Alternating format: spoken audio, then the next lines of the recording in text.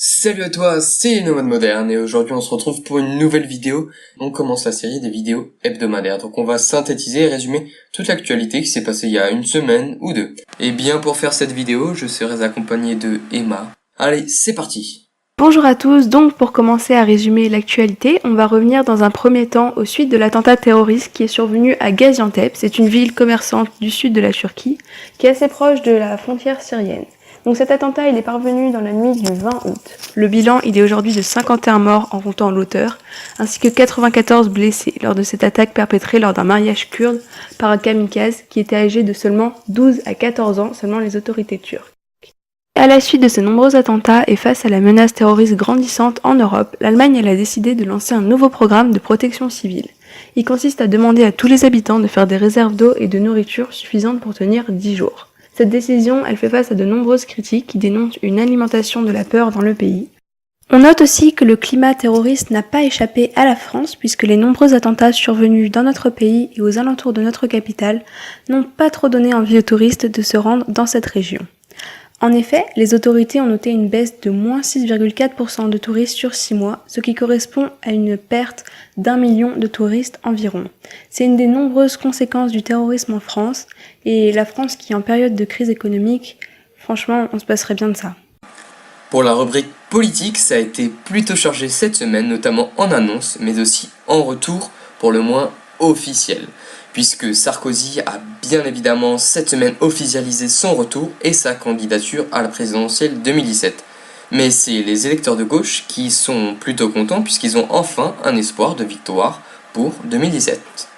Pour sa campagne, Monsieur Sarkozy aime bien se présenter en grande forme puisque cette semaine on l'a revu faisant du jogging à la corniche.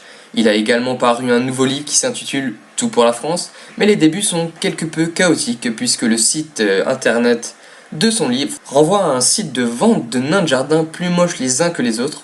Arnaud Montebourg a également annoncé sa candidature à la présidentielle, le candidat qui prône le Made in France, mais l'est-il vraiment ? En effet, son site internet s'est avéré être hébergé chez Microsoft, mais pas en France, aux Pays-Bas. L'autre annonce politique majeure, elle vient de la part de Emmanuel Macron, puisque cette semaine, il s'est rendu au Puy du Fou, où il a lui-même annoncé n'étant pas socialiste. Désormais, au sein de son propre gouvernement, ce nouveau loup de Bercy agace de plus en plus. Dans un autre registre, c'est une polémique futile pour certains, mais importante pour d'autres, qui soulève la France et les réseaux sociaux mondiaux depuis quelques semaines déjà. Cette polémique, elle concerne l'autorisation, ou pas, du port du burkini sur les plages françaises. Et elle est survenue à la suite de l'interdiction donnée par quelques maires de porter le burkini sur ces plages. Cette polémique, elle a fait réagir notre président, qui a déclaré qu'il ne souhaitait ni provocation, ni stigmatisation. Et il a pu une nouvelle fois diviser la droite de la gauche. Malgré cela, les ventes de burkini ont augmenté en masse pour faire taire une fois de plus leurs possibles détraqueurs. Pour la rubrique économique, cette fois, François Hollande avait, rappelez-vous, annoncé vouloir faire un petit geste fiscal pour cette nouvelle année 2017. Mais ça semble se compliquer pour le président puisque la plupart de ses ministres ne sont pas du tout d'accord en vue des mauvaises prévisions économiques annoncées. Par contre, de son côté, Manuel Valls a officialisé une baisse d'impôt partielle sur les PME à la hauteur de 28%, ce qui reste tout à fait convenable.